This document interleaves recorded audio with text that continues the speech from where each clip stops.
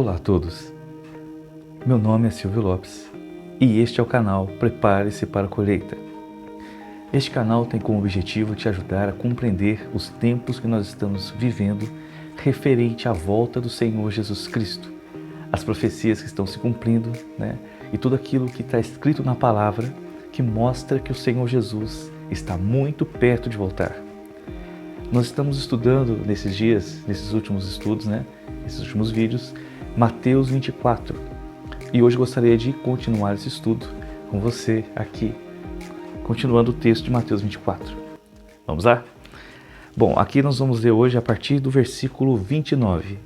Eu vou ler o texto e depois nós vamos conversar sobre ele, parte a parte. Diz assim o texto: E logo depois da aflição daqueles dias, o sol escurecerá e a lua não dará sua luz. E as estrelas cairão do céu e as potências do céu serão abaladas. Então aparecerá no céu o sinal do Filho do Homem, e todas as tribos da terra se lamentarão e verão o Filho do Homem vindo sobre as nuvens do céu com poder e grande glória. E ele enviará os seus anjos com rijo clamor de trombetas, os quais ajuntarão os seus escolhidos desde os quatro ventos de uma a outra extremidade dos céus. Aprendei, pois, esta parábola da figueira. Quando já os seus ramos se tornam tenros e brotam folhas, sabeis que está próximo o verão. Igualmente, quando virdes todas essas coisas, sabei que ele está próximo às portas. Em verdade vos digo que não passará esta geração sem que todas essas coisas aconteçam. O céu e a terra passarão, mas as minhas palavras não hão de passar. Eu li o texto de Mateus 24 até o versículo 35. Bom, Mateus 24, como nós dissemos nos outros vídeos, é a visão escatológica do próprio Jesus Cristo. Então nós vimos o princípio das dores antes do início da grande tribulação, que são 7 anos do último tempo dessa terra. E depois nós vimos o início da grande tribulação, que são os primeiros 3 anos e meio, e depois o final desses 3 anos e meio, os últimos 3 anos e meio, completando 7 anos de grande tribulação. Aqui, a partir do versículo 29, nós já vemos a volta de Jesus realmente. Então Jesus está voltando aqui neste texto, e logo depois da aflição daqueles dias. Aí você vê que o sol escurecerá, a lua não dará sua luz, as estrelas cairão do céu. São aqueles acontecimentos que nós já sabemos que vai acontecer, que está escrito nas trombetas, e nos selos do Apocalipse, nas taças da ira do Senhor. Então isso aqui você vê que já são os acontecimentos acontecendo aqueles textos. Bem, aqui fala então sobre a volta do Senhor Jesus Cristo, E quando ele estiver voltando nas nuvens com poder e grande glória, e todos os olhos verão e todas as pessoas saberão que ele é o Senhor, e ele já está vindo assumir a terra para governar, Então aqui é após aquele 1335 dias que profetizou o profeta Daniel. Então é após todo o acontecimento, Jesus está voltando, Então nesse texto, existem algumas questões interessantes que é preciso que você entenda, Nós já conversamos muito sobre que Mateus 24 ele foi escrito, Jesus está falando aos judeus, então por isso ele mostra aqui como as pessoas que vão passar pela grande tribulação. Então os judeus estão sendo o alvo de Jesus neste texto de Mateus 24. Então ele está dizendo o que vai acontecer nos últimos dias em Israel, para Israel, em Mateus 24, como que vai ser o movimento do mundo, os acontecimentos do mundo, quando o Senhor Jesus estiver voltando para governar, e Israel estará na terra certamente, passando pela grande tribulação, que é o objetivo da grande tribulação, é Israel aceitar o Senhor Jesus, é entender que o Senhor Jesus é o Messias e é o Senhor. Então é para Israel. E aqueles que não foram arrebatados também passarão pela grande tribulação e no final também serão salvos se não receberem a marca da besta. Mas aqui existe algumas coisas que eu gostaria de falar, Ele virá com seus anjos com rijo clamor de trombeta, Os quais ajuntarão os seus escolhidos desde os 4 ventos de uma a outra extremidade do céu. Este texto é muito interessante. Primeiro fala, buscarão os escolhidos nos quatro ventos. Bom, eu gostaria de ler um texto ainda em Romanos, no capítulo 11, para que fique entendido a posição de Israel e a posição da igreja, né, nesta questão histórica, bíblica, da vontade de Deus e das coisas de Deus. A igreja tem uma posição e Israel tem outra posição. Nós somos de um povo, nós somos enxertados na oliveira, né? Mas o povo de Deus, o povo escolhido por Deus foi Israel. E os gentios, né, que somos nós, fomos enxertados. O Senhor trouxe a salvação para nós também, através de Israel. Então eu vou ler esse texto em Romanos 11, para que fique entendido, né, que esse texto é para Israel e que Israel é uma aliança um pouco diferente da igreja, né? Que nós fomos enxertados, nós fomos colocados juntos com eles, mas a história contada é a história de Israel e a igreja entrou junto com eles na salvação e no governo dos céus. Bom, aqui em Romanos 11 diz assim: digo, pois, porventura, rejeitou Deus o seu povo? De modo nenhum. Porque também eu sou israelita, da descendência de Abraão, da tribo de Benjamim. Esse é Paulo falando, né? Deus não rejeitou o seu povo, que antes conheceu. Ou não sabeis o que as Escrituras diz de Elias, como fala Deus contra Israel, dizendo, Senhor, mataram os teus profetas, derribaram os teus altares, e só eu fiquei e buscam a minha alma? Mas que lhe diz a resposta divina, reservei para mim 7.000 varões que não dobraram os joelhos diante de Baal. Assim, pois, também agora, neste tempo, ficou um resto segundo a eleição da graça. Mas se é por graça, já não é pelas obras. De outra maneira, a graça já não é graça. Pois que o que Israel buscava não alcançou, mas os eleitos o alcançaram e outros foram endurecidos. Então aqui fala, Israel, né? O que Israel tentou alcançar pela lei, não alcançou. Aqui os eleitos falam daqueles que aceitaram a graça, mas os eleitos alcançaram a graça. Então conseguiram alcançar o favor divino, a graça de Deus, né? Como está escrito, Deus lhe deu espírito de profundo sono, olhos para não verem e ouvidos para não ouvirem até o dia de hoje. E Davi diz, torne-se-lhe a sua mesa em laço e em armadilha e em tropeço por sua retribuição. Escureçam-se-lhes os olhos, para não verem, e encurvam-se-lhe continuamente as costas. Digo, pois, porventura, tropeçaram para que caíssem, falando sobre Israel. De modo nenhum, mas pela sua queda veio a salvação aos gentios, para os incitar à emulação. Então, pela queda de Israel, veio a salvação aos gentios, para incitar a emulação. Aqui fala sobre tipo um ciúme, né? Para dar ciúme a Israel. Então, Israel caiu, então Deus levantou e foi atrás dos gentios, que somos nós, né? Para ativar, para despertar Israel, né?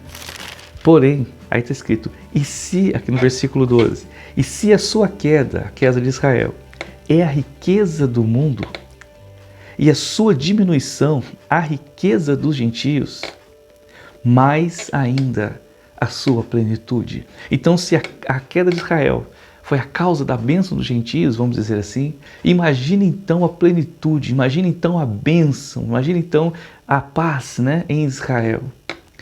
Porque convosco falo, gentios, Paulo falando, que enquanto for apóstolo dos gentios, glorificarei meu ministério, para ver se de alguma maneira possa incitar a emulação os da minha carne a salvar algum deles. Olha só o que Paulo fala. Então enquanto eu for o apóstolo dos gentios, né, eu vou engrandecer meu ministério, porque meu propósito ainda é incitar a emulação aos da minha carne. Paulo falando sobre Israel, né? Então olha para você ver a posição dos gentios e Israel, né? Paulo foi levado aos gentios para trazer os gentios por amor de nós. Era o propósito de Deus desde o início? Claro que sim. Deus sempre quis que todos os povos colocassem Deus como seu Senhor, porque Ele é o único Senhor. né? Só que daí ele escolheu o povo de Israel para que ele se manifestasse ao mundo através do povo de Israel. Só que Israel o rejeitou o Senhor Jesus, rejeitou o Messias. Então ele foi às nações primeiro e pegou os gentios para que Israel despertasse e dissesse: olha, o Senhor está fazendo na vida dos gentios. Então você entenda a condição de Israel e a condição dos gentios, que somos nós, que somos a igreja do Senhor, que fomos enxertados. Agora, aqui no versículo 15, porque se a sua rejeição é reconciliação do mundo, qual será a sua admissão, se não a vida entre os mortos? Falando de Israel, né? Se a sua rejeição é a conciliação do mundo, qual será a sua admissão? E se as primícias são santas, também a massa o é. Se a raiz é santa, também os ramos o são. E se alguns dos ramos foram quebrados, e tu sendo zambujeiro é aquela oliveira brava, né, que não dá fruto, dá só espinho, mas que cresce no meio das oliveiras, né? Quem cultiva oliveira sempre tem lá também uma oliveira brava, aquela oliveira que não dá a azeitona, ela só dá espinhos, né? Então aqui, alguns dos ramos foram quebrados e tu sendo zambujeiro foste enxertado em lugar deles e feito participante das raízes e da seiva da oliveira. Então Jesus falando, né, apóstolo Paulo falando sobre nós gentios. Israel é a oliveira e nós éramos como o zambujeiro, como essa oliveira brava que cresce junto com a oliveira. Então alguns ramos de Israel, né, foram quebrados. E nós fomos enxertados, como se Deus pegasse um galho de oliveira brava, cheio de espinho, e enxertasse na oliveira que é Israel, e nós também participássemos da raiz de todo aquele alimento espiritual que Israel está recebendo, porque é para todos, porém veio através de Israel, e nós fomos enxertados na oliveira. Aí diz, não te glories contra os ramos, que é Israel. Viu, gentios? Vocês que foram enxertados, não te glorie contra os ramos. Se contra eles te gloriares, não és tu que sustenta a raiz, mas a raiz é ti. Então a raiz é Israel. É através de Israel que veio o Messias, que veio os profetas, que veio os apóstolos, né? Que o Senhor se revelou, que veio a palavra, que veio toda aquela revelação, veio através de Israel. Então Deus fala, não te glories os ramos que foram quebrados em Israel, porque vocês foram enxertados e a raiz do que vocês recebem veio através de Israel. Dirá, pois, os ramos foram quebrados para que eu fosse enxertado. Está bem, pela sua incredulidade foram quebrados, e tu está em pé pela fé. Então não te ensoberbeças, mas teme. Então fala, né? Pois sua incredulidade eles foram quebrados. Então eles foram quebrados para que a gente fosse enxertado, para que nós tomássemos o lugar de Israel? De maneira nenhuma. Né? Então eles foram quebrados por falta de fé e nós fomos enxertados pela fé e pela graça. Então ele diz, não se ensoberbeça, mas teme, né? É pela fé, porque se Deus não poupou os ramos naturais, teme que te não poupe também a ti. Considera, pois, a bondade e severidade de Deus para que os que caíram, severidade, mas para contigo a benignidade de Deus, se permaneceres na sua benignidade, de outra maneira também tu serás cortado. Então, só porque você foi enxertado, não significa que você não pode ser também retirado na oliveira. E também eles, se não permanecerem na incredulidade, serão enxertados, porque poderoso é o Senhor para tornar a enxertar. Então, se Israel voltar ao Senhor, Deus vai enxertá-lo de novo. Porque se tu foste cortado do natural zambujeiro e contra a natureza enxertado na boa oliveira, quanto mais esses que são naturais serão enxertados na sua própria oliveira. Falando sobre Israel, né? Vocês que não são oliveira foram enxertados, quanto mais esses que foram quebrados, que é Israel, Deus vai enxertá-los de novo na sua própria oliveira, na sua própria árvore natural. Porque eu não quero, irmãos, que ignoreis este segredo, para que não presumais de vós mesmos, que o endurecimento veio em parte sobre Israel, até que a plenitude dos gentios haja entrado. Você vê como é diferente Israel, gentios, oliveira brava, enxertado. Você vê que aqui no caso que fala sobre Israel, o escolhido de Deus, o povo de Deus escolhido. E assim aqui no versículo 26, e assim todo Israel será salvo. Olha o versículo 26. E assim todo Israel será salvo, como está escrito: de Sião virá o libertador, e desviará de Jacó as impiedades. E este será o meu concerto com eles, quando eu tirar os seus pecados. Assim quanto ao Evangelho, são inimigos por causa de vós, mas quanto à eleição, falando sobre Israel, amados por causa dos pais. Então Deus, o povo é eleito, Deus tem uma aliança com Israel, a partir dos seus pais, diferente com a aliança da igreja. Então você vê, querido, que aqui quando fala em Mateus, né, no capítulo 24, e ele virá com seus anjos, com rijo clamor de trombetas, os quais juntarão os seus escolhidos desde os quatro ventos de uma a outra extremidade dos céus. Então você vê que esses escolhidos da grande tribulação, que fala Mateus 24, fala de Israel, a oliveira, porque nós já recebemos o Senhor e já estamos arrebatados. Mais uma vez aqui fala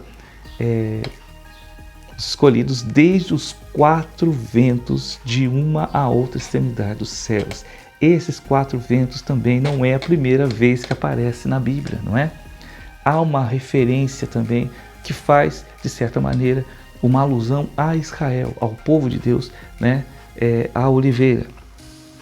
Eu vou ler alguns textos aqui, rapidamente, para você perceber.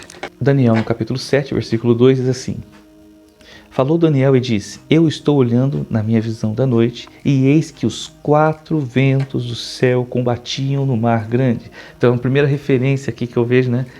Os quatro ventos do céu combatiam no mar grande. É uma referência a esses quatro ventos descrito em Mateus 24.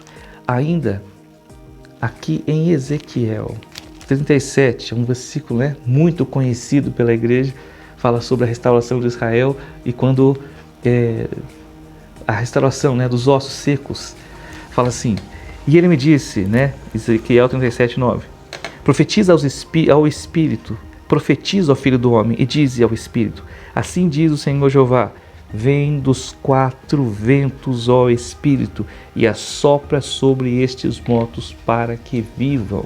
Então você vê, vem dos quatro ventos, a mesma referência, quatro ventos, ó Espírito. Então, como se estivesse falando a seres, a um ser consciente, vem dos quatro ventos, né? E lá em Daniel também, os quatro ventos que combatiam no mar. Ainda em Zacarias, este texto, não, vou ler primeiro Apocalipse. Apocalipse 7, 1. Para você perceber que esta analogia, essa questão dos quatro ventos, ele tem um significado, não é só em Mateus 24. As pessoas acreditam que é só dos quatro cantos da terra, mas não é só isso que representa este texto. Apocalipse 7:1 diz assim: e depois dessas coisas vi quatro anjos que estavam sobre os quatro cantos da terra, retendo quatro ventos da terra, para que nenhum vento soprasse sobre a terra, nem sobre o mar, nem contra árvore alguma. E vi outro anjo subir da banda do sol nascente, e qual tinha o selo do Deus vivo, e clamou com grande voz aos quatro anjos que foram dado o poder de danificar a terra e o mar, dizendo: não danifiqueis a terra, nem o mar, nem as árvores, até que hajamos assinalados na testa os servos do nosso Senhor Deus.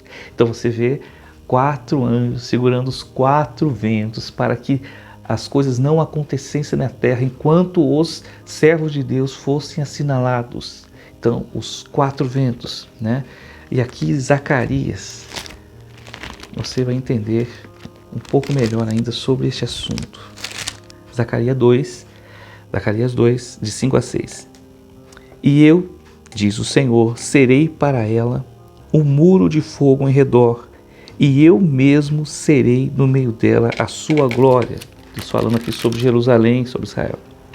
Olá, fugi agora da terra do norte, diz o Senhor, porque vos espalharei como os quatro ventos do céu, diz o Senhor.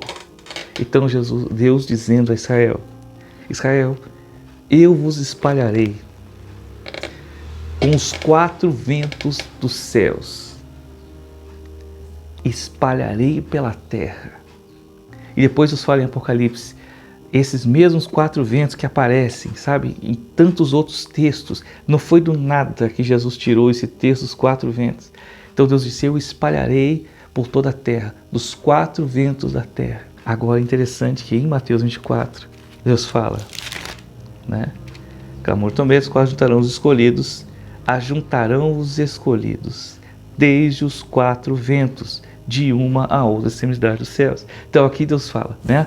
Lá em Zacarias, Deus espalhou o Israel, que estava falando a Israel, os 4 ventos da terra, foi espalhado.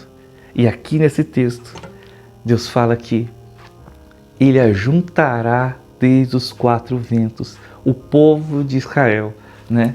E os anjos recolherão os escolhidos dos 4 ventos de Israel. Aprendei, povo, essa parábola: quando já os ramos forem enterros e brotam folhas, sabeis que está próximo o verão. Igualmente, quando vide todas essas coisas, sabei que ele está próximo às portas. Em verdade vos digo que não passarão essa geração sem que todas essas coisas aconteçam. Então, que geração é essa, né? Alguns perguntam, mas essa geração que Deus fala aqui nesse texto, aquela geração já morreu. Então, que geração é essa? Querido, aqui eu acredito que seja uma mesma geração verá todos esses acontecimentos dos últimos dias. Então, eles verão tudo isso acontecer, né? E todos vão ver essa mesma geração acontecerá nesses... São 7 anos. Então, tudo vai acontecer ali numa mesma geração. E eles verão esses acontecimentos acontecerem quando o Senhor vier nas nuvens, com poder e grande glória. Meu amado, este dia está chegando. Nós, em nome de Jesus, seremos arrebatados em breve, né? E todo esse acontecimento, todos esses eventos estão prestes a acontecer. O mundo está sendo preparado para que isso aconteça. Nosso Senhor está voltando, está muito perto de voltar, né? Toda a preparação deste tempo, toda a preparação desses últimos anos está acontecendo agora, e nós temos que estar atentos e sabendo, né, o tempo que nós estamos vivendo e as condições, todas as maravilhas, né, e todas as profecias que estão acontecendo em nosso tempo. Está muito perto e nós, né, somos privilegiados, estamos vendo os acontecimentos aí acontecendo no mundo. Querido, prepare-se para a colheita, o tempo está próximo. Fique atento por todas as coisas que estão acontecendo no mundo, né? Fique atento e leia o texto, tanto Mateus 24, quanto Apocalipse, quanto Daniel e tantos outros textos que falam sobre estes últimos dias. É preciso que nós entendamos o tempo certo, para quem está sendo falado, quem vai ficar, qual é o objetivo, para que tudo isso seja entendido com clareza e nós possamos perceber e saber qual é a nossa condição neste tempo e nessas profecias. Nós somos os gentios que fomos enxertados na oliveira. Então sim, nós fomos enxertados, então fazemos parte do povo de Deus, porém este tempo é para Israel. Deus tem uma aliança com Israel, pelos pais, pela aliança que Ele fez com os pais de Israel. Então Deus tem uma aliança especial com Israel. É o povo escolhido, o povo adquirido, né? É o povo que Deus chamou para trazer e para se manifestar aos povos. Então é por isso que tudo isso vai acontecer nesses últimos dias e nós estaremos com Ele nas nuvens.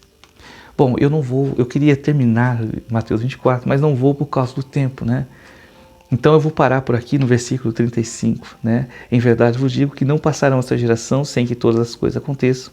O céu e a terra passarão, mas as minhas palavras não hão de passar. Né? Então, não passará. O Senhor é bom. Podemos confiar totalmente na palavra de Deus, nas suas profecias, nas verdades descritas neste livro. É o único livro, é a única verdade, não é deste mundo. A palavra de Deus não é deste mundo.